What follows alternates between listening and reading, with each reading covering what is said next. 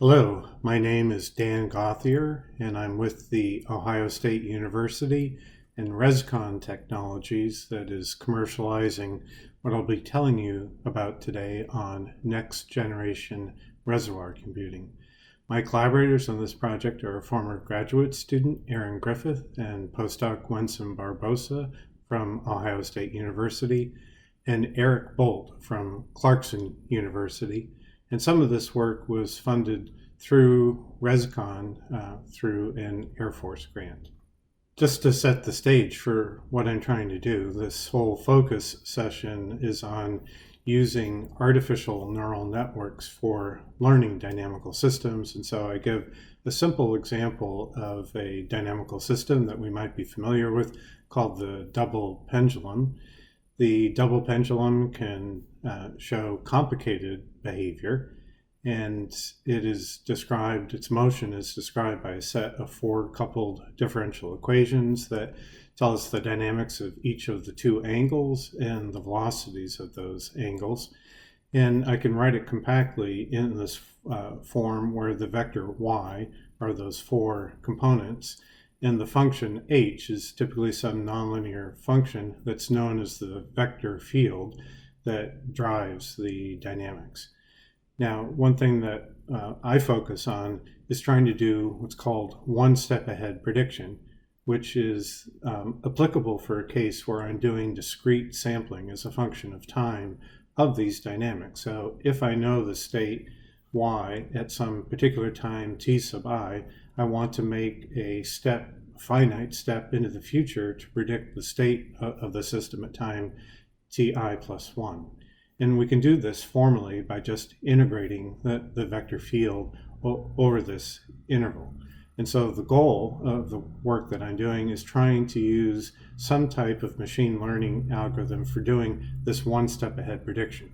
This is what's called the flow of the dynamical system. So I'm trying to learn the flow for these systems. So what I'll be talking to you about today is just doing a quick introduction to traditional neural networks, then go on and tell you about traditional reservoir computing. Then I'm going to step back and think about what is it that we're really trying to achieve here, and that's going to lead us to think about universal approximators. And then I'll introduce our new approach, our new algorithm that we call next generation reservoir computing. So the whole idea behind all of this work for any of these machine learning algorithms is to take inspiration from biology. Our brain is very good at processing information, so can we be informed by biology of how we can approach this problem?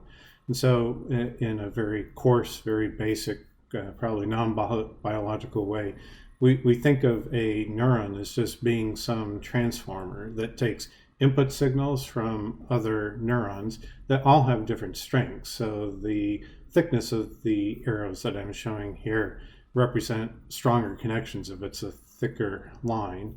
All those are fed into a neuron that performs some kind of nonlinear transformation on the status. This function f is some kind of nonlinear function, often some kind of sigmoidal or saturation type nonlinearity, and that generates an output that then is spread out to other neurons within the network. Now, based on this inspiration over now many decades, we've been able to come up with models for neuronal networks that are good at processing information. So what I'm showing here is what's called a feed-forward network, where there's an input layer. So here I'm showing three possible signals that are being fed into a neural network. We often have some kind of hidden layer. So information from the input layer is being broadcast to the hidden layer. And each one of those weights, in principle, needs to be trained, needs to be optimized for the particular task. And we might have multiple layers. Here I'm just showing one hidden layer. And then eventually that goes down to an output layer, what's the output of our program, or what our artificial neural network is doing for processing the information. And typically the number of hidden neurons is much, much larger than the number of input signals. So that way I'm taking information in a low dimensional space and embedding it in a much higher dimensional space. And the hope is that that increases our prediction ability for the artificial neural network. And importantly, this whole process is doing a nonlinear transformation of inputs to outputs, which we probably need for some type of dynamical system. If I want to do one step ahead prediction, because that integral of the vector field is probably nonlinear. What has been really incredibly successful over the last couple of decades is what is known as deep learning networks. In the case of deep learning networks, I have many hidden layers. But the idea is that I'm going to break the problem up into specific tasks. So parts of the network are focusing on some piece of the task, whereas other parts are focusing on different ones. And so here I show an example of where I'm trying to do recognition of whether there's a person or is there a face in the photograph. The input layer takes the actual pixel data to feed into this, but then each layer in the network, each hidden layer, is focusing on different things. So all this has to be trained, all the weights within here need to be optimized so that it naturally breaks the problem up into these different distinct problems that it's trying to solve. And deep learning networks are all the rage now. They are used by almost all high-tech companies. There are now lots of tool sets that are available for them, such as TensorFlow or PyTorch.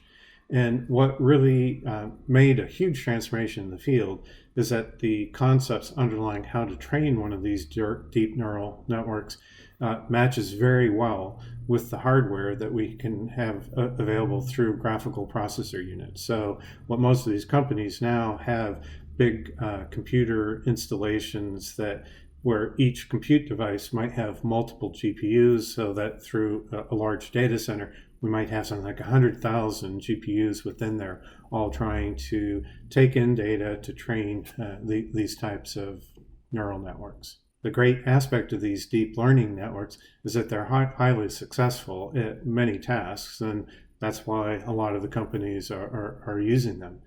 But the disadvantages is that the training can be quite slow, and they usually require just absolutely enormous training data sets. And so just to give you some idea of what the cost is that's involved, one of the most recent deep learning networks for natural language processing, known as GPT-3, has approximately 200 billion trainable weights. That is, those connections from input layer through the hidden layers to the output layer. All of those weights need to be trained. And for this particular natural language processor, it took about 28,000 GPU days worth of compute time just to do the training. And using scaling laws for energy consumption, it's estimated that for this one network training it took about 200 megawatt hours of energy, and the cost just for the electricity for that single training run is approximately $12 million. So that is incredible how much we are spending both energy-wise and monetarily for training these deep learning networks. And so the approach from my research is to try to see, are there different algorithms that can still achieve the same goal, but with a lot less training data and a lot less computer resources? So that brings me to the topic of reservoir computing. And this is a field that started roughly 20 years ago. Really, groups in Europe were focusing on trying to put out new proposals for doing machine learning. And the idea is that instead of using a network that's in a feed-forward layered structure, we're going to use a recurrent network. So what I'm showing here in the middle, each one of those green dots represents a neuron, and the connections can all go looping around. That's what we refer to as a recurrent network. I still have an input layer. Data is being then fed into this pool or reservoir of neurons.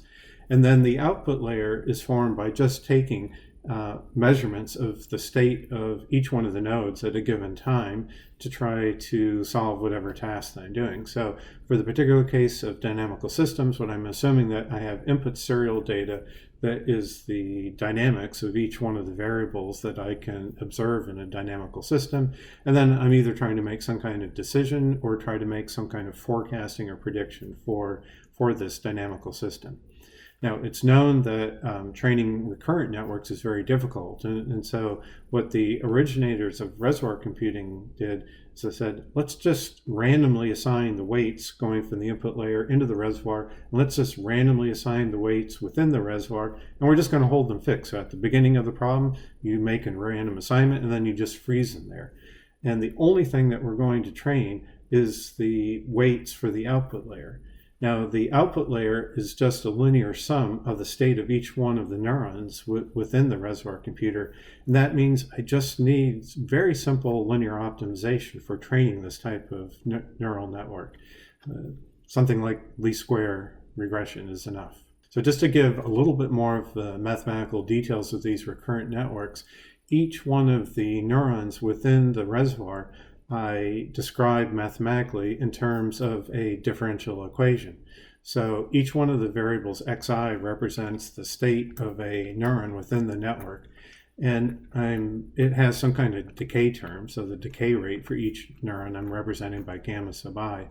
And then the driving term for this neuron is some nonlinear function. So I still have this nonlinear function f, and it's a function of the input data, where this Wn are the weights that I've gone and randomly assigned for blowing information into the reservoir. And then Wres is the adjacency matrix that tells us how information is rattling around between each one of the nodes in the network. And B is just a possible bias for the function. And now the output layer, y sub k, is just a linear sum of the state of each one of the nodes in the reservoir. And just to give you a hint as to why a reservoir computer described in this way is good for dynamical systems, is that each one of the neurons itself is a dynamical system. And so this at least gives us a hint that a reservoir computer can be a universal approximator for any dynamical system, as long as I make it diversitive, that is, have enough neurons within the reservoir. Typically, what we do in the field is what's called supervised training of the reservoir. So I'm assuming I've got some kind of dynamical system that I'd like to learn to be able to make some kind of decisions on or to forecast in the future. So I have time series data from as many variables that I have access to. And then I'm assuming that that is discretely sampled in time. So I'm going to be doing one step ahead prediction eventually.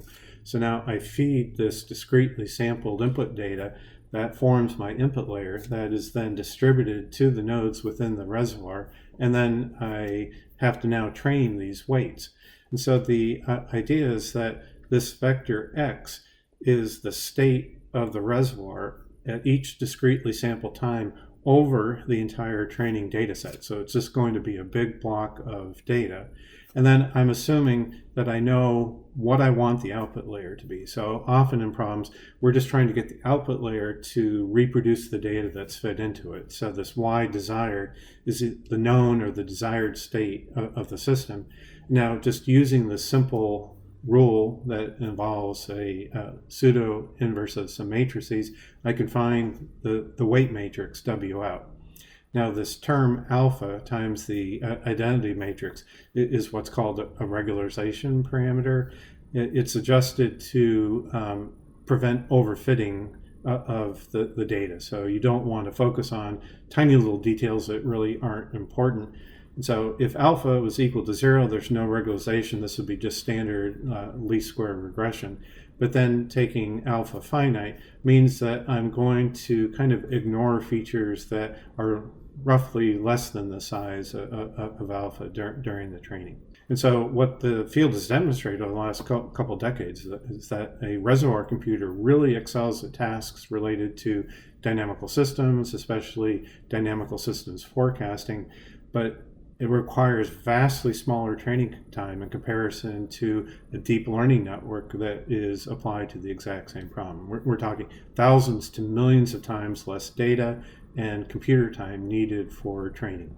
Okay, that sounds great, but can we even do better? So I'd like to step back and think about what we're really trying to achieve. And so in the big picture here, we're trying to come up with a universal approximator for dynamical systems. And there's been some theoretical work for many years now thinking about what are the minimum aspects we need to make a universal approximator. So this paper from back in 1985 had some very interesting results. They're claiming that you can make a universal approximator for dynamical systems by using, in modern language, a reservoir with nonlinear nodes in a linear output layer. And that's the traditional reservoir computer that I've just been telling you about. But what's also important in this paper is that they showed that a reservoir with completely linear neurons but have a nonlinear output layer is also a universal approximator. So that's something quite different. The typical reservoir computer does not do that. And more recently, people in the community of reservoir computing have gone and generalized this work to remove some of the restrictions that was in the theory. And I just give one citation to work along that lines. And then, importantly, my collaborator Eric Bolt just published a paper last year in Chaos where he showed that if we take this Boyd and Chua result of a linear reservoir with a nonlinear output layer, what Eric showed is that this is entirely equivalent to another machine learning approach that's known as nonlinear vector autoregression. Now, almost no one has studied nonlinear vector autoregression. You can find a few mentions of it in the literature, but it's pretty much an unexplored area. So the goal of what we're going to do is try to explore, can we go down this path of making the reservoir linear and putting the nonlinearity into the output layer? Does it work? How well does it work if it does? So the idea is that I'm going to take this traditional reservoir computer where each one of the neurons within the reservoir has that nonlinear input-output behavior, and I'm going to take that nonlinearity and move it to the output layer. So I'm going to make the input layer and the reservoir a totally linear coupled system. And then the output layer is just going to be the sum of nonlinear functions of the state of the reservoir. Now, if I've gone and made this linear, we can do all sorts of interesting things like diagonalize the connectivity matrix that describes the reservoir itself. And that is an incredibly powerful approach. Now, we've got to think a little bit about each one of these nodes has memory associated. Remember, there is a decay rate with each one of the neurons. So as I do these non-linear transformations of the reservoir, I need to make sure that I keep that memory, that knowledge of past behavior in whatever machine that I'm going to make. That's what leads us to the next generation reservoir computer. The idea is that I'm going to move the nonlinearity to the output layer. I'm going to do some linear transformations of what is the reservoir in the input layer and use this nonlinear vector autoregression machine to realize a reservoir. Now, this is quite strange in that I've gone and taken my neural network and I'm essentially transformed it away into something that only has time delays of the input serial data in a way that I'll describe soon. So there is no more reservoir.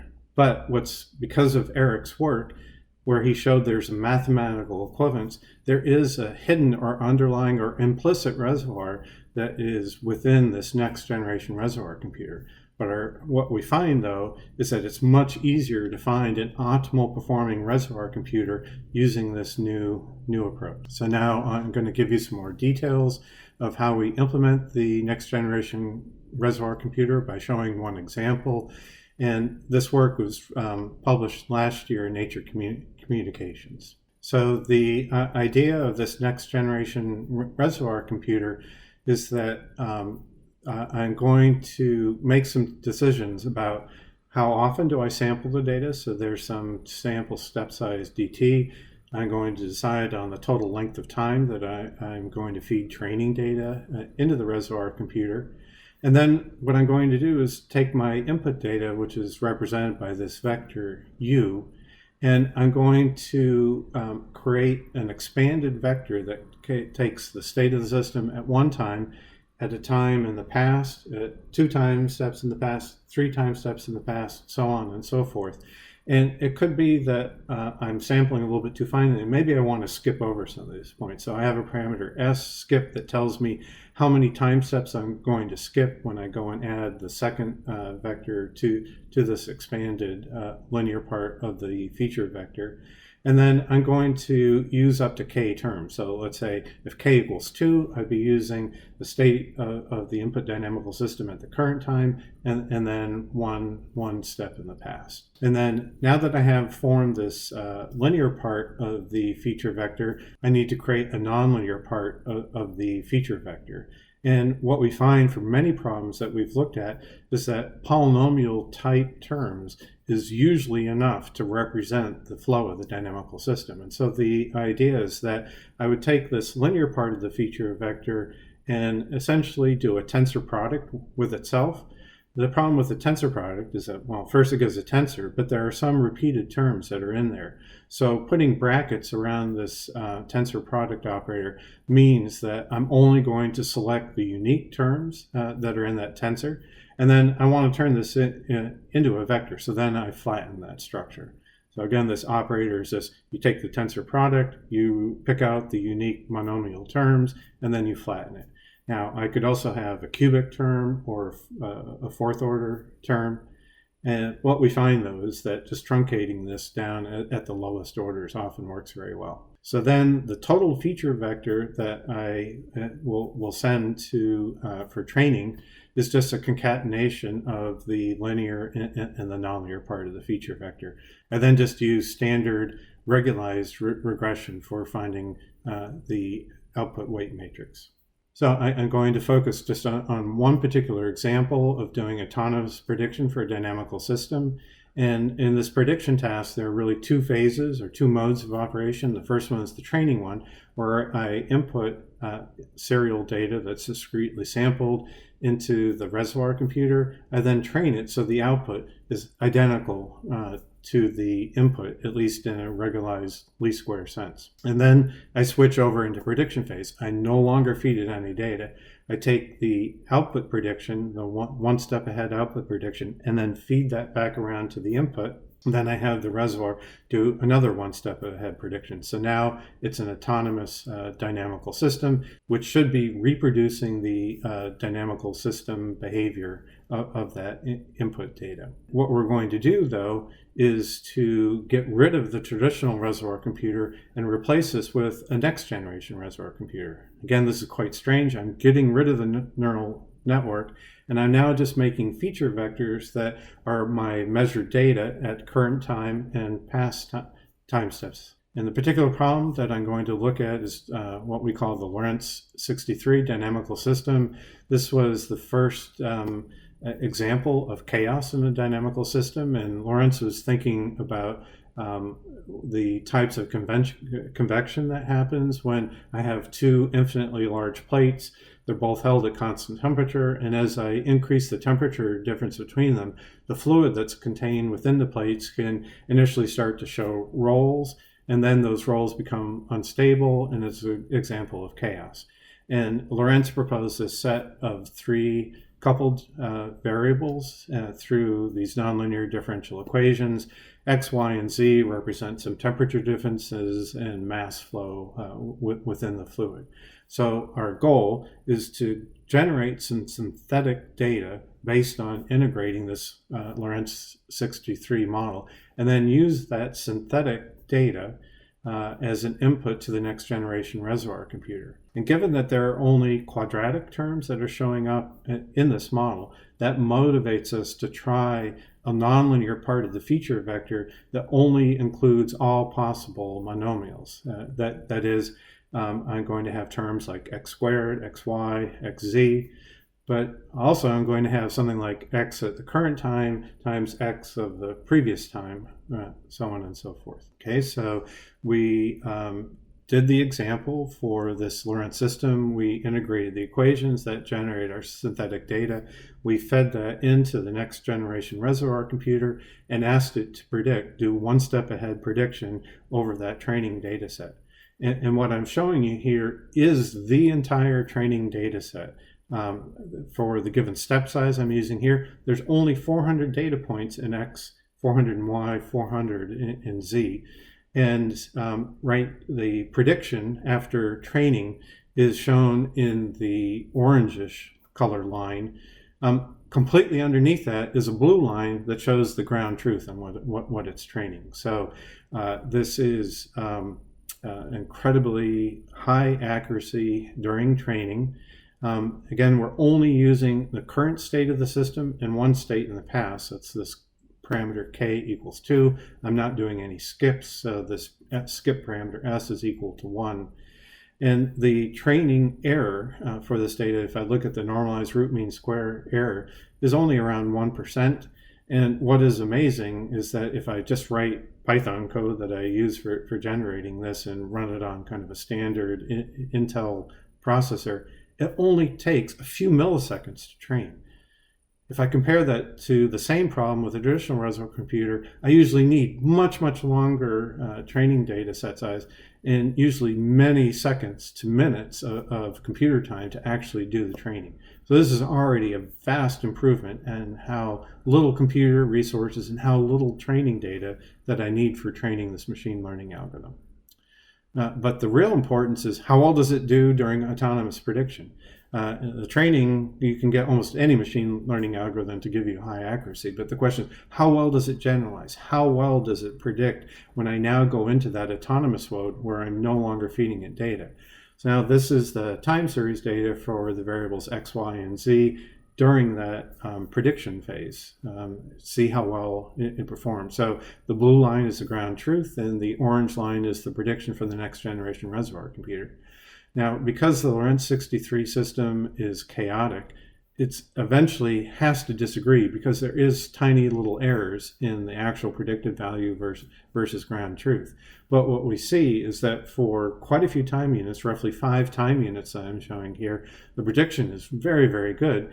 And then after that, long-term prediction is lost. That's what I expect for something that's chaotic. It still looks Lorenz-like. Set the scale for this prediction horizon.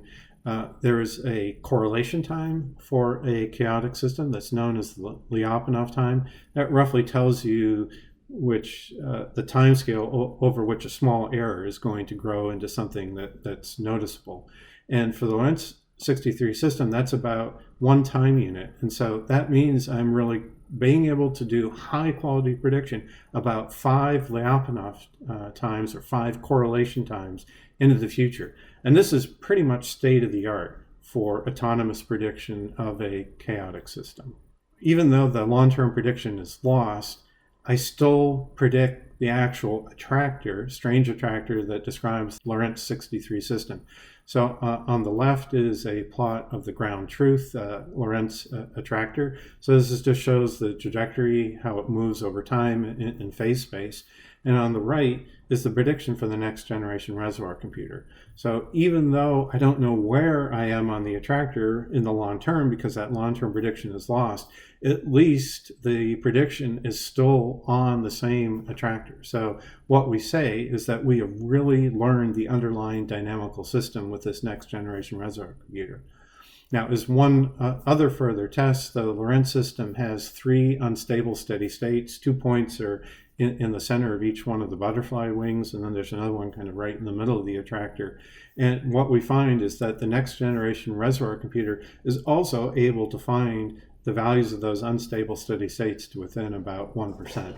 This is just one other statement that the next generation reservoir computer has really learned the underlying dynamical system. So in summary, I have showed that a next generation reservoir computer has a hidden or an implied reservoir computer within it, and that's using these rules for universal approximator.